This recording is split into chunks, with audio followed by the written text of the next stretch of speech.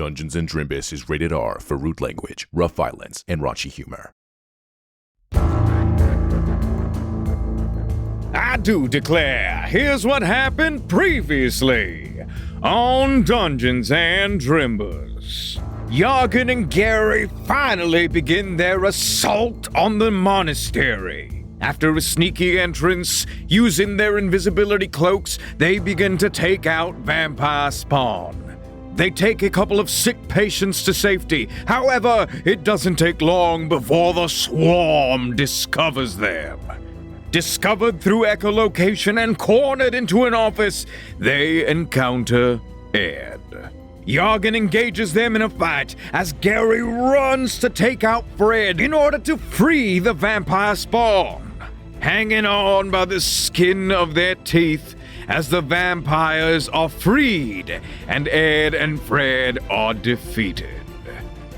I do declare, Herrera is back in session.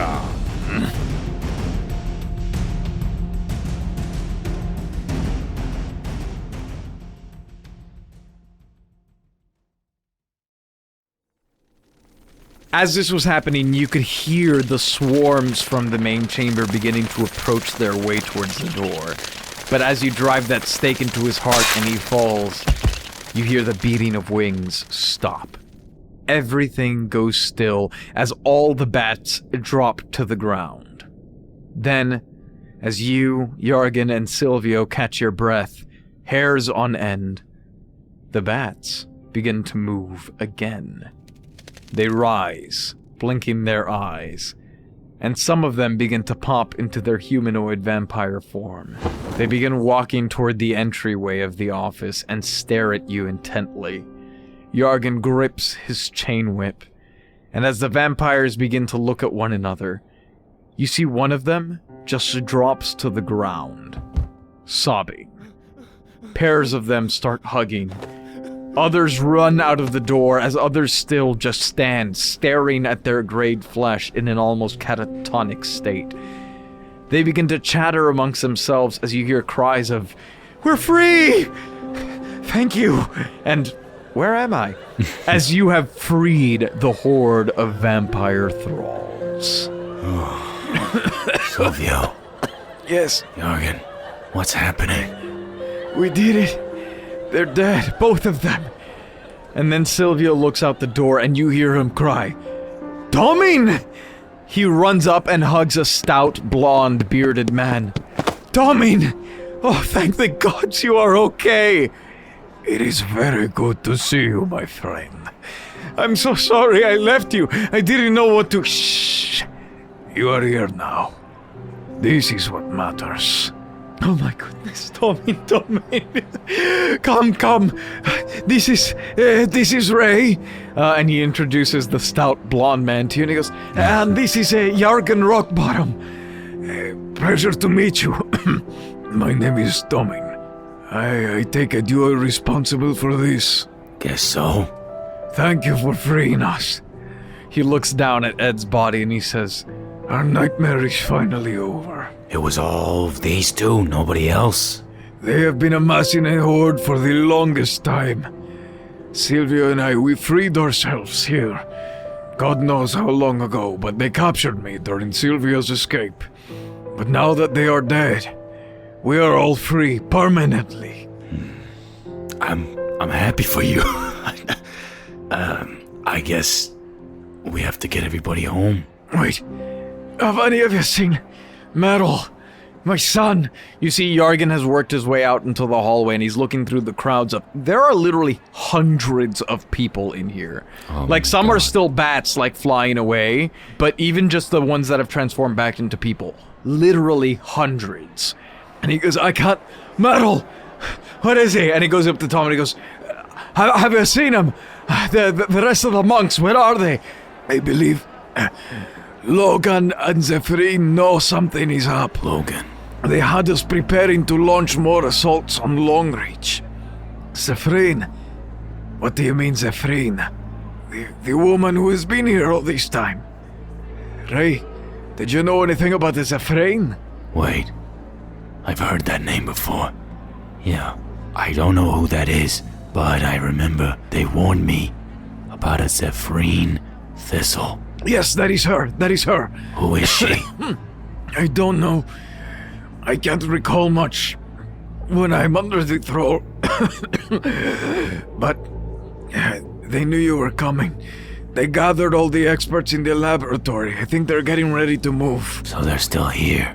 Yes, upstairs. Upstairs? I know where the stairs are, lad. Down the hall to the right. I'm worried, Yarkin. I don't know if we're in the best shape right now. We have to get to Metal. Lad, he's my boy. Alright. Let's move. Wait. Silvio comes up to you and he says, I don't think I can do much to help you, but I have to do something. You see he puts two glowing hands on you and Jorgen's backs, and as they glow, he hums and he closes his eyes and he focuses and he goes,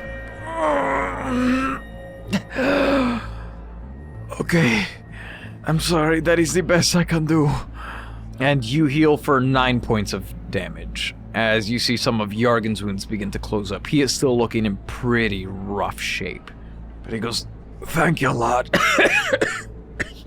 And Toman looks at you and he says, I don't know who is willing to follow us, but there are hundreds of us here. We can stop them. You're right. Everybody, follow me. We're gonna finish this. Roll a persuasion check for me. Gary's not very persuasive. He has a 6. You see that most of the people in here are just so disoriented. Like, literally, some of them are just staring at the wall. Others are sobbing. Some of them have already run out the doors. Like, there's a pile of people trying to escape the monastery right now. But Toman and Silvio, you see some people recognize Silvio. They go, Silvio! You're alive! And Silvio goes, yes, you have to come with us. We have to stop the people upstairs, quickly! Toman starts doing the same throughout the crowd as Jorgen goes, listen up, people! I know you've been through a lot, but we're not done yet. We have to stop this madness once and for all.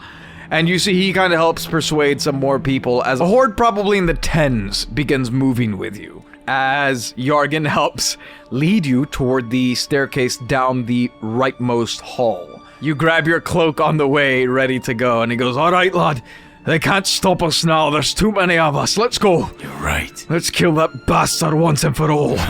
And you rush up the stairs to the laboratory on the top floor. As you emerge, the crowd at your back, you find yourself in a space with a beautiful open floor plan. Unlike the various rooms and chambers of the monastery's ground floor, this smaller second story has various stations scattered about and organized around the single open space. There is a beautiful skylight, and you can see the stained glass dome that makes the roof of the main chamber on the first floor in the center of the floor. The sun is beginning to rise a little higher as we get into the early hours of the morning, and the vampires rush up with you. But rotating above the stained glass is a bright orb of brilliant light. Standing next to it is a halfling man with small, odd glasses perched on his nose, who turns to you and shouts, "You're not supposed to be here!" Jorgen grunts, "Faramir," as the wizard waves his staff, and the bright orb shoots out light, over-illuminating the room.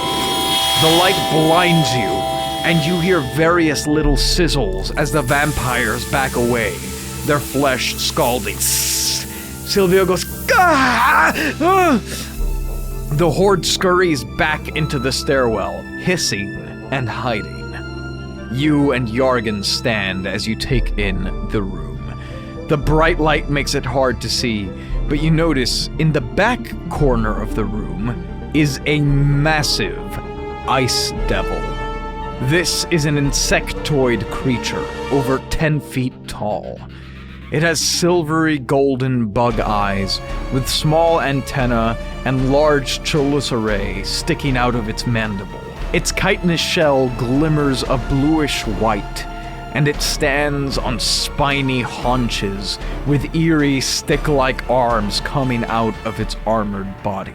The ice devil seems to lean relaxedly in a chair, keeping a small mass of people in monks' robes shielded behind her massive body. You hear Yargan's breath catch as he whispers, "Metal." Just then, Logan walks out of a corner in his golden armor, a glistening katana in his hand. He nods at Faramir, then turns to you. I must say, you've exceeded my wildest expectations for you. This is between you and me, Gary.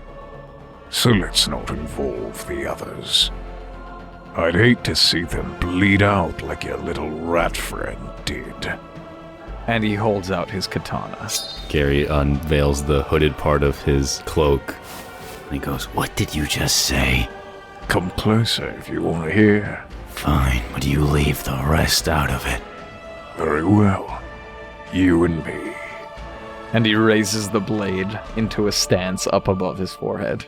Gary readies the war pick. Roll for initiative. That is a 22. Gary, you are up first. As Logan looks at you, he says, I can see the fear in your eyes. The rat looked at me the same way when I stuck the blade in him. And hearing that, Gary runs up to Logan as he gets into range, his eyes glow red and flicker a flame for a second as he enters a rage. And as the flames shoot out from the rage, Gary will disregard the war pick and just start smacking Logan with the clawed hand. ooh, okay, first roll those 2d8. That's 6 damage from the d8s. The fire blasts against Logan's golden armor, leaving a singe mark in a perfect line across his chest. Staggering him with the blast from the fire, Gary reels back his clawed hand and goes to strike at Logan. All right, roll that. First swing definitely misses. That's a 9. Yeah, that definitely misses. Second swing is a 22 that hits. That does hit. Roll for damage. God. 6 damage. You punch Logan across the face, and you see he kind of grins as you do. He then lifts up an elbow to bring across your face, but as he does, you hear the sound of the chain whip wrapping around his hand, holding the arm in place. And Yargan says, I'm not letting you go through this alone, lad! And he pulls it to spin Logan a little further out from you, preventing him from getting that hit in, and dealing a pretty sizable chunk of damage. However, Logan then is going to slash at you with that katana. Does a 30 hit you? Yeah. And then does a 22 hit you? Yeah. And then a crit fail. So, he has improved critical, so he gets crits on smaller numbers. What? So first, he brings the katana down across your midsection, carving mostly into your shoulder and that black, hardened, glossy skin that you have that has come as a result of your transformation. You see a little bit of blood ooze out, and it actually nicks deeper into your pectoral muscles as you take 34 points of damage. Then he stabs into your gut with a second quick stab, dealing an extra 20 points of damage. And then as he goes to pull out and he goes to swipe at your neck, Yargan whips at the katana, knocking it out of his hand and sending it flying across the room. And it clatters to the ground near the Ice Devil, who just seems to be watching, smiling. So the 54 turns to 27 damage, because I'm raging. Gary, it becomes your turn again. The katana gets whipped away, and just furious, Gary reaches behind his back to grab the war pick and goes to swing at Logan's head. Okay, roll that. Does a 14 hit him? It does not. And Gary misses. As a bonus action, Gary will hide. Okay, where are you trying to hide? Well, I have my cloak. I can just stand still. Okay, yeah, roll a stealth check, but do it with disadvantage since you're presently engaged in direct combat. A 17. Wow. He rolls a crit fail, so he's not Whoa. expecting. He hasn't seen the cloak. As you miss at him with the war pick, he like dodges out of the way. His head is turned away, and when he turns back, you've covered yourself with the cloak, and you are gone. Yargan is then going to go ahead and attack the shit out of Logan. He says, "Don't worry, boy. Dad is coming. As he whips the chain once, Logan darts out of the way. He then whips the chain again, dealing a pretty sizable chunk of damage. He whips Logan across the face, and you see a burn mark leave a scar trailing up towards his eye, and he says, You know, I've always wanted to kill you, dwarf. As Yargan goes to wind up another hit with the chain whip, Logan stops his wrist and then with his other hand disarms Yargan, throwing the whip across in the opposite direction of the katana. It is then Logan's turn as he is going to twist Yargan's arm out of the way, and he is going to begin punching the shit out of him. He crit fails 1, so he actually hurts himself as he goes to punch, and Yargan twists in such a way that sends him flying, and Logan's head ends up headbutting right into Yargan's rock-hard ass. And he takes 5 points of bludgeoning damage. However, from this position, he is then going to try and, wrestle Yargan so that he has him on his shoulders and flip him over. Oh boy. And he is gonna start pummeling him. You hear a crack as Yargan's nose begins to bleed. He rears up again, punches him again. You see a splatter of blood against Yargan's white beard. He lifts both his hands up in a fist, comes to smash it down on Yargan's face. Yargan rolls out of the way as he slams into the ground, hurting himself with a critical fail. As you see, he shakes his hand out. He then goes running as Yargan and him grab each other in this kind of tussle, and then he cocks an elbow and elbows Yargan across the cheek, landing another serious blow, and it looks like Yargan takes a sizable amount of damage. As Yargan spits out a tooth, and he says, "Is that the best you got?" Gary, it is your turn. Yargan, get back. You got it, lad! Suddenly a blur rushes up behind Logan, and out of the air comes a war pick swinging down onto him. Roll that. 18 will hit. No, it will not. Guess this is the show, folks. The war pick slams down on the ground as Yargan and Logan are stuck in this eternal wrestling match, as it just goes from one getting over the other to then flipping them back on their back, and it is hard to get a good shot. Will a 23 hit? Yes. The war pick slams down, but Gary picks it back up and swings it into the back of Captain Logan. Gary's going to use his goblin trait, Fury of the Small. Yeah, Logan is 9 feet tall, so... He's going to turn what would be 6 damage into 19 damage as he slams it into Logan's back. On that slam, Gary is enraged. Okay, roll 2d8. 11. You slam that war pick down onto Reclaimer Captain Logan's back. He is currently on top of Yargan, and so he falls down onto his body. And then you rage and you send the bodies tumbling in either direction as they both take 11 damage from that rage. You see Yargan is battered and on fire, his beard is flaming and kind of turning black again just from the ash and soot of the fire, but he is looking in really, really, really bad shape, as in maybe one hit could kill him bad shape. But he then is going to get up. He is going to kick Logan in the face, making Logan roll over once more. As he kicks Logan, you see Logan's nose kind of smashes. He already had like a smashed gorilla nose, but it kind of peels up to expose some of the red flesh underneath. And you notice that there is actually blood beginning to ooze out from the seams of the armor because your pick seems to have ruptured something inside with its sharp end. As at the same time, you can tell that Yargan's sutures under his skin have broken open and he's beginning to bleed out from that terrible injury he sustained with the fight with Rengar. But he hobbles over, limping, to go pick up his whip, putting some distance between him and Logan. Logan is then going to get up, go as he runs over to the katana on the opposite side of the room. As he grabs the katana, he readies up, and suddenly you hear the alarm for Longreach start blaring.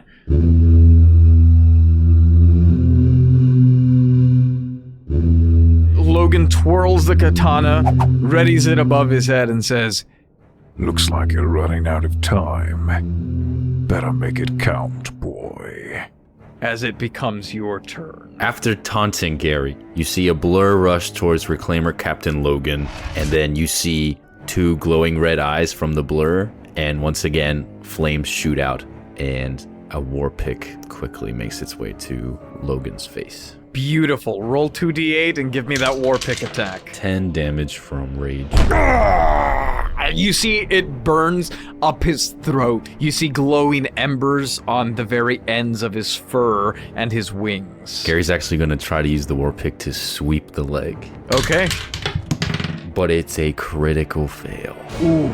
You actually hit him, but you hit him on the armor as he has closed the distance between you two, and he pins your war pick between his body and his arm and disarms you as he shoves you back. And with Gary's clawed hand, he's going to try to stab in the chink of Logan's armor. Nice. Give me that roll. Does a 22 hit? Yes.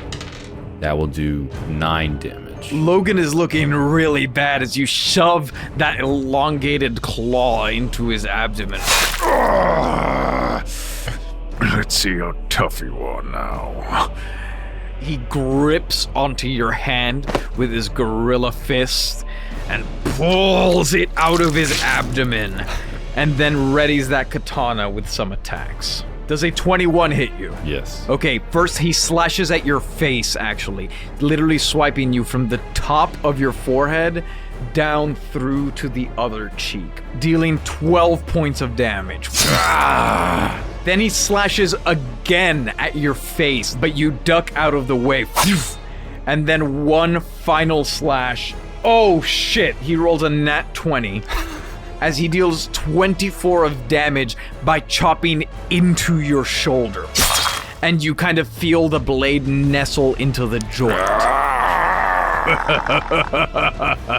And then you see the katana glow, and suddenly you see a second Reclaimer Captain Logan appear behind you as the katana glows. Yargan is kind of limping. He goes, "I'm coming, lad!"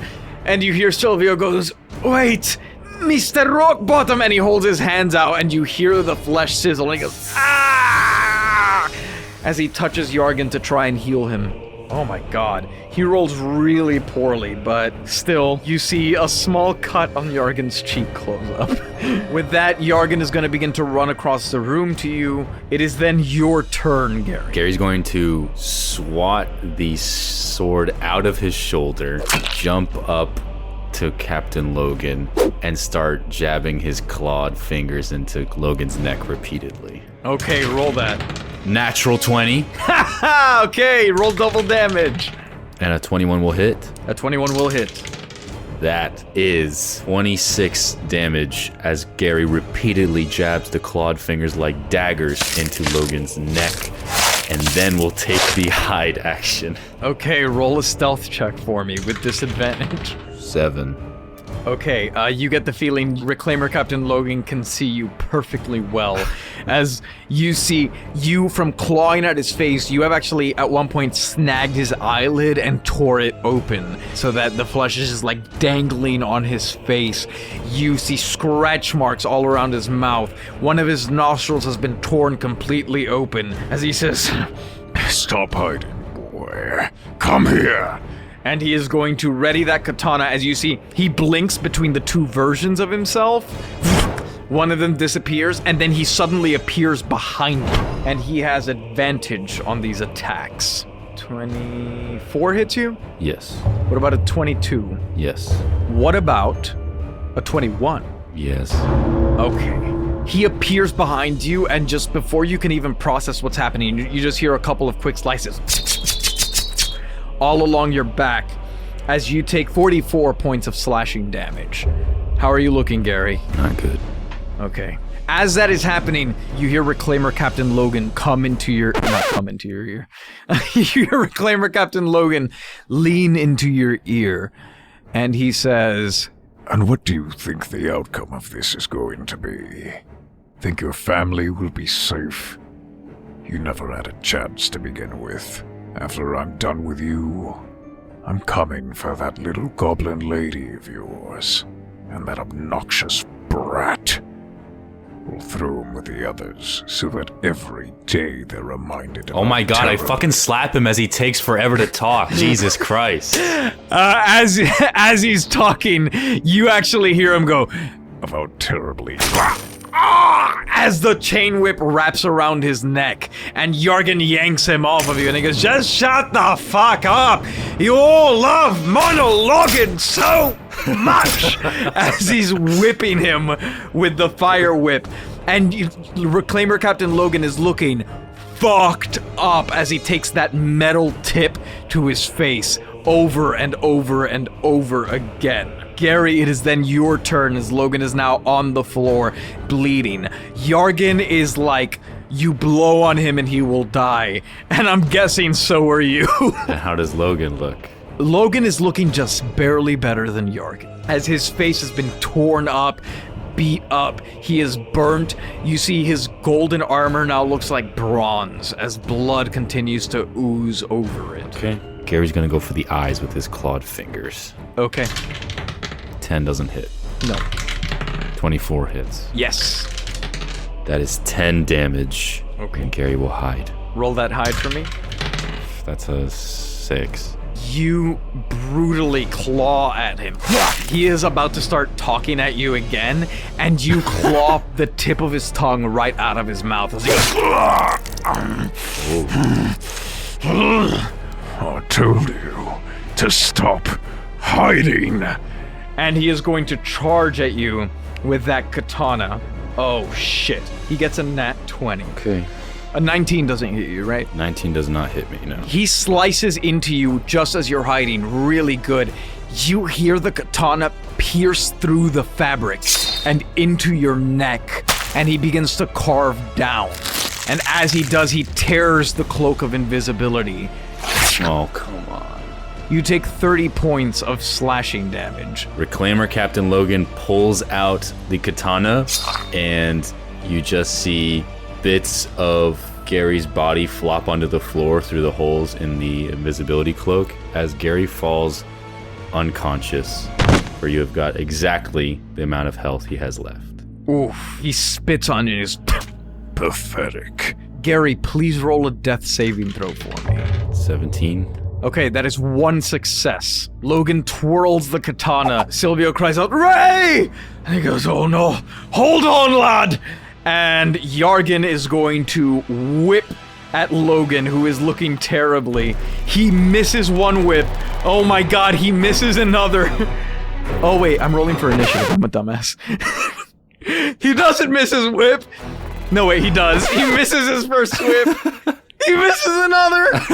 And he lands a third for 8 points of damage, which is exactly what Reclaimer Captain Logan had left. As you hear the crack of a whip as Logan's skull shatters open. And bits of brain begin to ooze out as his hands twitch. Gary, please give me another death saving throw. 17. Okay, that is a second success as Jorgen is gonna run over to you and try and assist you. He rolls a critical failure on his medicine check. He breaks one of your ribs as he starts giving you CPR. He says, hold on, lad, hold on! You take, that's one failure. Please roll another death saving throw. 17? Okay, and that is your third success as you stabilize. Jorgen is freaking out. He's pumping on you, and he holds his medallion tight, and he goes, please, please, please, come on, lad. And by some miraculous force, you see a glow as you regain 4 hit points. But you see Jorgen pales a little bit, and you wake up with a cough. Jorgen. Where is he? He's dead, lad. Jorgen kind of flops onto his stomach as he begins to bleed out. Gary's head rolls to the side and he sees the twitching Captain Logan. You see the twitching Captain Logan. You see Faramir still working the staff to keep the vampires at bay as they're all hissing in the stairwell. And then as you roll over with the upside down camera view, you see one huge, icy, chitinous foot pressed down by your head.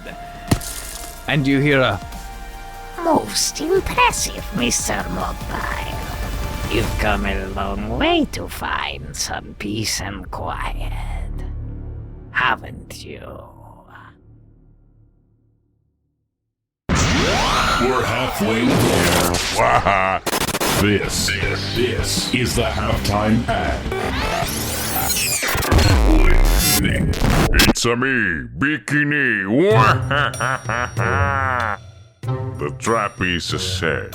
Nicky B is on his way. In the meantime, I have here one of his most beloved sponsors. Isn't that right? Only Chris. I'm doing fine, thank you. How's the wife? Wonderful. Today is a lucky day. Today we do something different. Today we make the advertisement.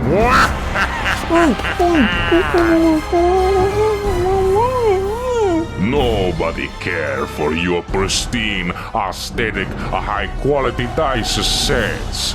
Today is a time for a change.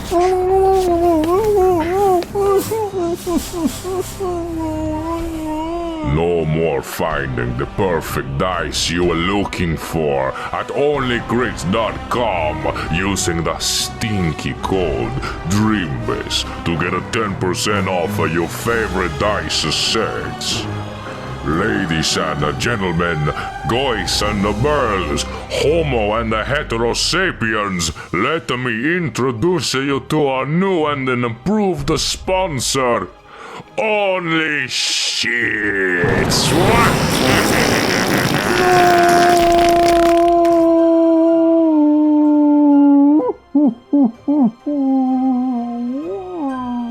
Only Sheets is a proud sponsor of this stupid podcast, Dungeons and Dreamers.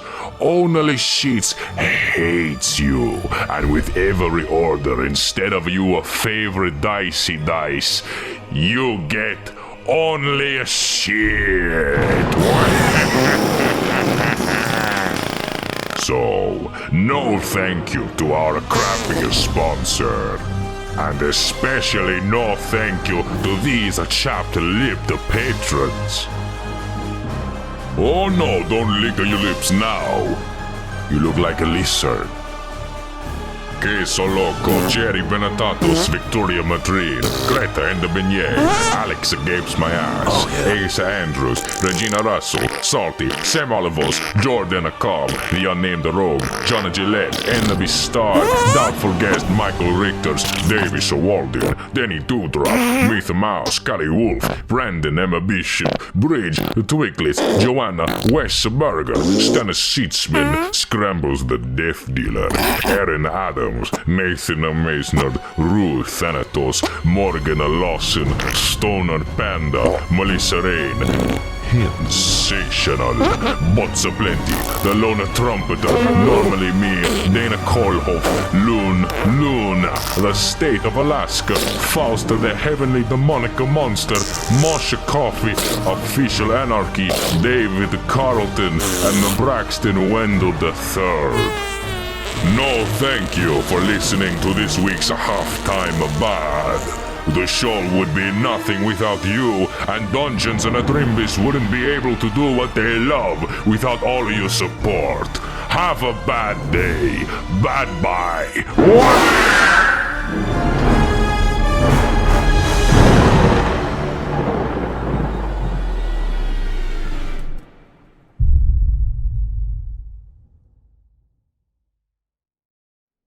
and you look up to see Zephrine Thistle, the Ice Devil, staring down at you.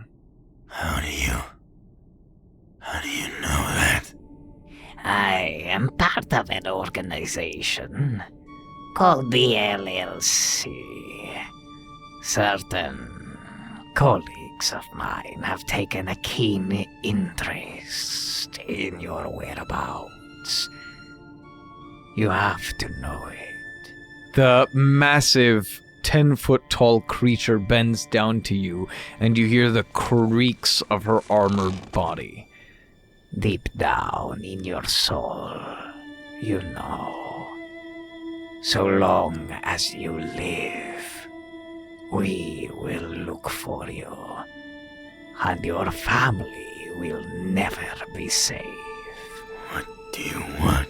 She's stolen, Lord. Trying to... And you see Jorgen is trying to pick himself up. He's like on his knees trying to grab the chain whip. And the Ice Devil steps on his hand. Trying to slink her way out of it. I have an offer for you. Instead of fighting us, join us. You are clearly a remarkable specimen. Her head bends down in this unnatural fashion as she takes in your entire body, as you're barely even bleeding from your wounds. It is this thick black droplets coming out of all the hundreds of lacerations you've sustained today. And your tenacity is to be admired. Come with me, and I will keep your family safe. Choose wherever you want to live, so long as you are loyal to me. Anything you want is yours. Bullshit! You were a lawyer before, were you not? I think you already know. I do. Then why not become a judge? Perhaps more? A king. King Mogbile of Long Range. It has a nice ring to it, don't you think? You're delusional if you think Ray's going to cave to a couple of empty promises. Gary, slowly looks at Jorgen and then slowly looks back at the upside-down view of the queen. Okay, Okay. I'll do it.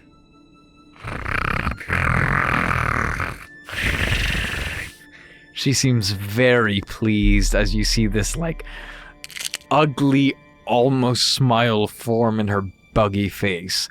She crawls over. You hear her haunches as she steps over to Logan's now still body. She pulls the katana out from his grip and places it in your hand on the floor, and she says, Kill that dwarf. Jorgen just chuckles on the floor, going, The stained glass window. Well, it's on the ceiling, right? There is a huge, this whole roof is glass, but then in the center of the floor, there is a stained glass circle, which is the ceiling that you saw on the first floor. Is the queen standing on that?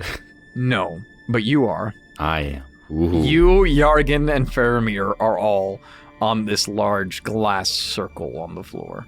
Okay, so Gary will stand up slowly, using the katana as a cane, almost to get up. Yeah, Jorgen is looking at you, just laughing, going, "You bloody idiot." And he will make his way to Jorgen slowly with the katana. Jorgen squints his eyes at you. Lad, He raises, the katana up with one hand. what are you doing, lad? Something I should have done a while ago. And then with his other hand, he fires an ice knife at the glass that Faramir is standing. Ah! I think a 27 will hit. 27 will definitely hit. As you raise the katana, your other hand shoots out an ice knife at Faramir's feet, and he goes, "What are you?" And then the ice knife explodes, shattering the glass, and you hear that. As Faramir falls down, the spell that he has been maintaining this whole time with the staff is dispelled. And Silvio's eyes light up as he goes, "No!" And all of the vampires fly into the room going, and this storm begins to encapsulate Zephrine as Zephrine begins to swipe them away. You see she casts this massive wall of ice to block more of them from getting to her, and she says, You have chosen poorly. and then you hear this, like, jumping sound as you hear glass shattering behind the wall of ice that she has cast. And everything goes quiet. Yargan gets up and goes, I knew you wouldn't hurt me, lad. Give me your hand. Yeah, I offer my hand to pick him up. You guys help each other up. You look down through the glass. The glass that you were standing on very nearly shattered. One of the cracks reaches toward you. And as you look out, you see a twitching Faramir who has been impaled by the large shards of stained glass. Yes. Some of the vampires, you hear them chasing out through a window. It seems like, as the screeching gets further and further away. Sylvia runs to you and goes, Are you all right? Ray, are you okay? Yeah, I'm in there. Yargan runs to the wall of ice and snow that Zephrine has cast, and he begins punching at it and breaking it down, and he goes, Metal! Metal! Metal! And he starts breaking it down. He says, Here, give me a hand, please! Yeah, I run over, I pick up the war pick, and I start picking away at the ice. Yeah, you pick away at it, and with ease you break through, and eventually you see all of the monks in robes are all still there. All still fine.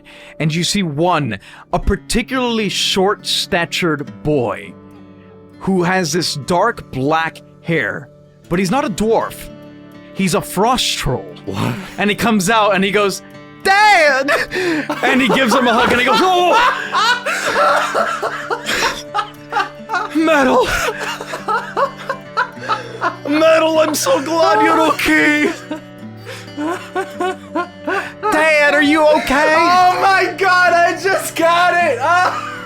Meryl! Hello, this is the Inside Joke Investigator.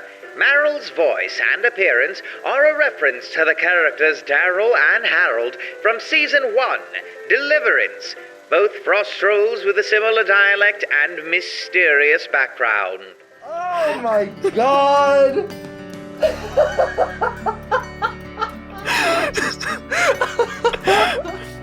Oh my god. Oh, Metal, I'm so glad you're safe. Dad, how'd you get here? It's a long story, lad. And he spits up blood and he goes, Oh god, we gotta get you patched up. Okay, lay down, Dad. And he sees this blister on Yargan's neck and he goes, Oh no, they did it, didn't they? The plague, lad. I know, Dad. I know. They unleashed the plague, not just Longreach. They sent it everywhere. We need cure, and lots of it.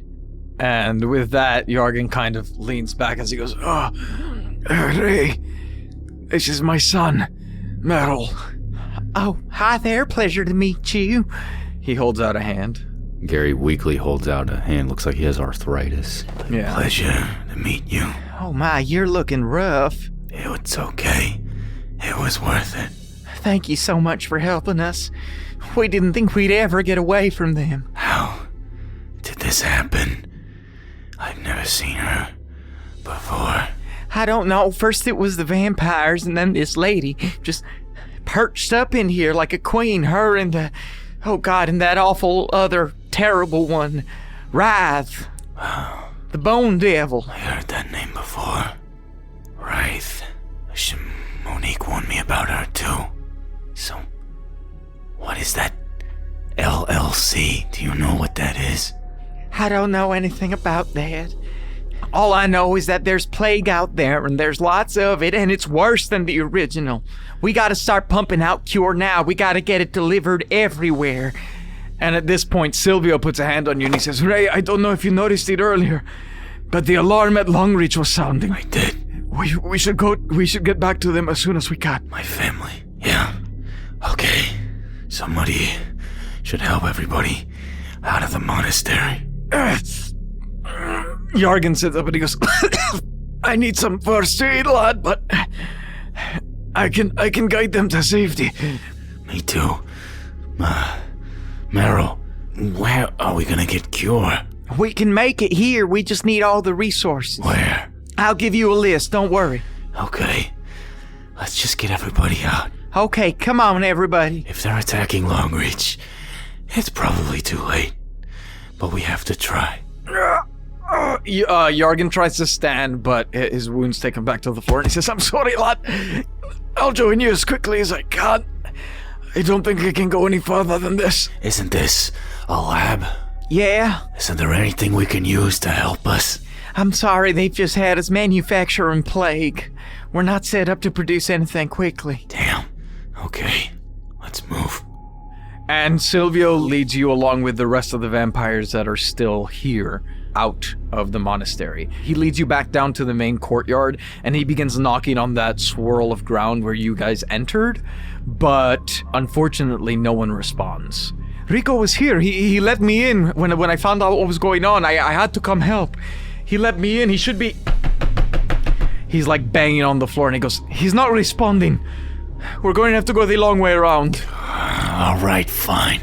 And Silvio begins running with you to Longreach. You and a horde of vampires take to the streets as it is blizzarding outside. The sun is now pretty high above, and you hear them going and trying to cover themselves as much as they can. And you hear Silvio shouting from underneath his cloak. He says, come with us! We just need to get to the palace. There is shade there. We can get you all cloaks. As they are all doing their best, but some of the weaker vampires are kind of dropping in the snow. But you all run. At full speed, despite your injuries, it is only a few minutes run from the monastery to the main entrance of Longreach. It is blizzarding harder than it has been for the last few days. However, as you arrive, you see carnage. You see walls of ice and snow put up. You see the remnants of blasts, and you see slain bodies as blood pools in the snow. It's nowhere near as terrible as your fight with Rengar, but you gather that a few people must have tried to stop them at the entrance to Longreach, and were very quickly overwhelmed. As you run past the underhand hold, you see Rico lying in his own blood outside of the entrance to the tunnel. As you run, you begin to hear screams. As you approach the road up to the upper district, you hear a scream that is very familiar to you. Get back here! You bitch! You monster! No! Give me my baby boy back! And over the tops of the giant's hand that stretches over Longreach, you can just barely make out the tip of a bony tail as it slithers away with incredible speed, and a very distant cry that pierces your heart. Grisabeth sees you as she runs down the street, and she runs up to you, scarred and frantic with a wild look in her eyes. She grips you by your shirt and says, Gary! They took Calvin!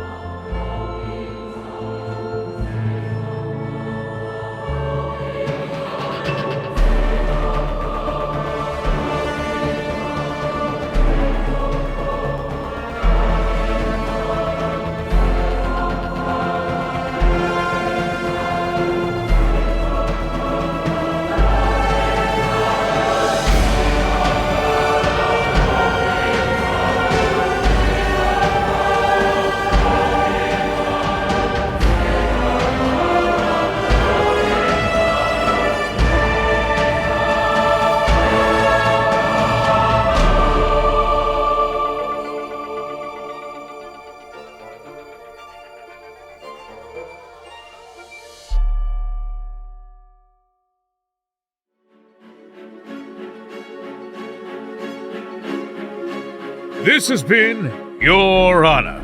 Your Honor features the vocal talents of Nicholas Benetatos as Gary Mogbile. The rest of the world is voiced by your DM, Giancarlo Herrera. Editing was done by Hannah Schooner and Giancarlo Herrera, with sound design by Giancarlo Herrera. If you want to support the show, consider checking out the links in the show notes, or go to patreon.com/Drimbus.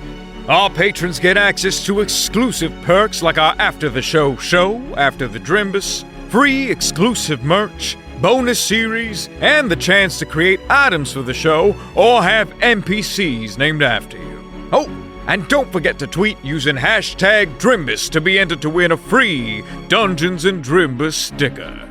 Thank you all so much for listening, and I do declare I'll see you all next week.